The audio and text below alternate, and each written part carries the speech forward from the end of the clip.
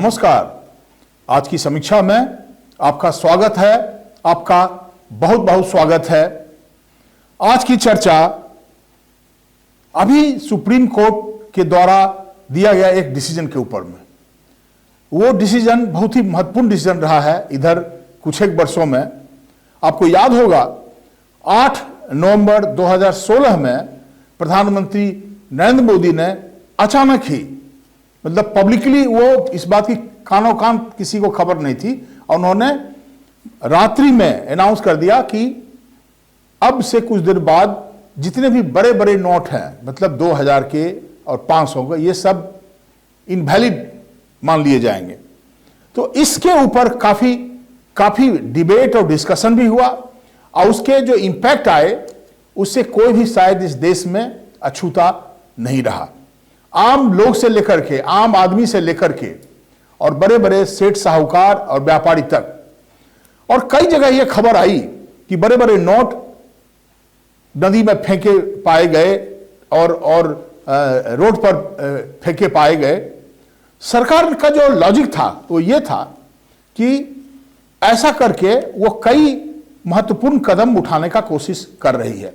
सबसे पहले तो वो ब्लैक मनी के ऊपर एक ये कड़ा जो कदम था कि ब्लैक मनी को रोकने के लिए, उस पर कब्जा करने के लिए, उस पर काबू पाने के लिए, कि देश में जो ब्लैक मनी है बड़े कुछ लोगों के पास जिन्होंने इकट्ठा करके रखा, उसको इनहेरिट करके ये एक देश के इकोनॉमी को एक अच्छा, एक स्वस्थ इकोनॉमी लाने का प्रयास किया जाए।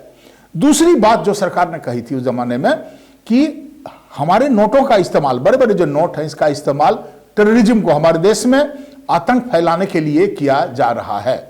तो और बाद में चलकर के ये चीजें काफी कंट्रोवर्शियल हो गई थी, क्योंकि आपको याद होगा कि देश के और दुनिया के बड़े बड़े अर्थशास्त्री इंक्लूडिंग अमर्त्य सेन ने कहा कि ऐसा करने से हमारे इकोनॉमी को तकरीबन 2% ग्रोथ को झटका लगेगा।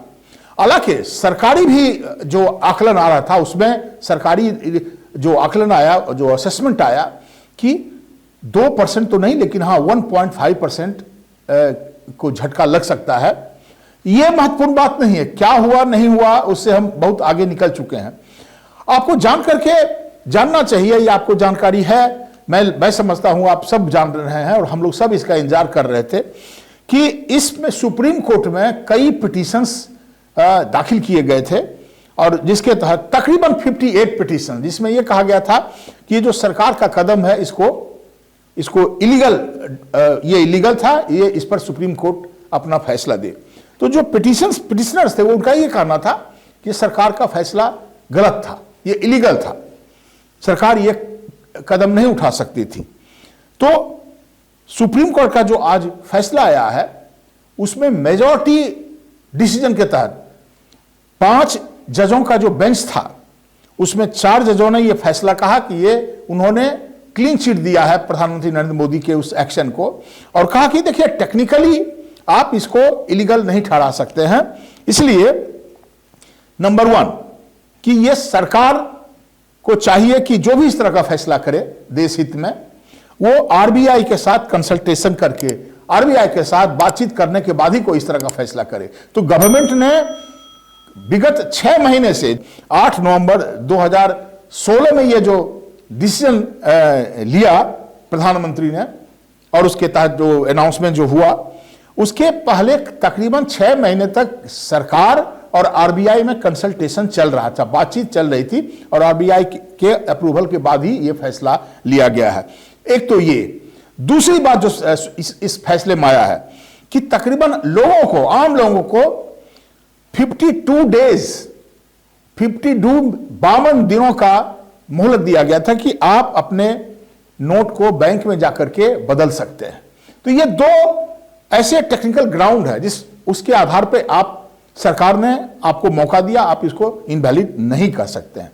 लेकिन जो सबसे महत्वपूर्ण बात है इस पूरे फैसले में, जो डिसेंटिंग नोट आया है, 5 में से एक जज जो जस्टिस बी नागरथा ने जो अपने निर्णय में कहा है कि ये इस तरह के फैसले पार्लियामेंट के एक्ट के तहत होनी चाहिए। पार्लियामेंट में पहले ये ये प्रपोजल रखा जाए और फिर अगर पार्लियामेंट इसको फैसला करे तब इसको लागू किया जाना चाहिए।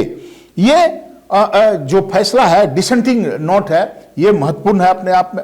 अब कहने के लिए तो सरकार ये भी बोल सकती है कि अगर हम पार्लियामेंट में इसके ऊपर डिस्कशन करने जाए, जो बेसिक पर्पस था ब्लैक मनी को रोकने का, ये उस सब अपना फिर मतलब ही नहीं हो पाएगा पूरा।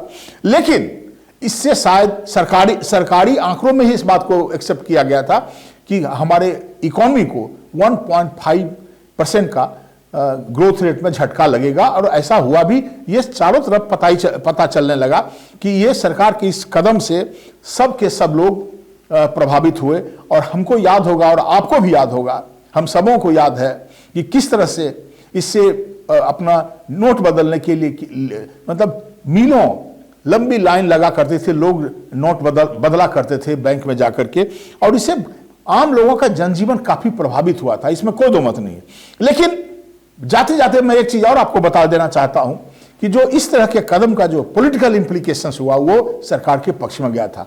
2016 में नोटबंदी हुई थी, लेकिन अगले ही साल 2017 में जब उत्तर प्रदेश में चुनाव हुआ तो बीजेपी थम्पी मेजॉरिटी से जीत के आई। और इसका क्योंकि इसका एक मैसेज ये था, पॉलिटिकल मैसेज ये था कि ये ऐसा करके सरकार आम आदमी के लिए, गरीबों के लिए कुछ कदम उठा रही है। जो ब्लैक मनी, जो बड़े बड़े सेठ साहूकार अपने पैसे को अपने तिजोरी में बंद किए हुए हैं, उसको मार्केट में नहीं आने दे रहे हैं, इससे आम आदमी का जीवन प्रभावित हुआ है।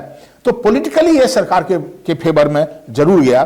तो इन्हीं चंद बातों के साथ, और उसमें सबसे महत्वपूर्ण बात यह है कि ये जो डिसीजन है ये डिसेंटिंग नोट के साथ आया है, तो इसके ऊपर आने वाले दिनों में भी चर्चा होगी। इस बात के लिए मैं श्योर हूं कि इसके ऊपर डिस्कशन और डिबेट होगा।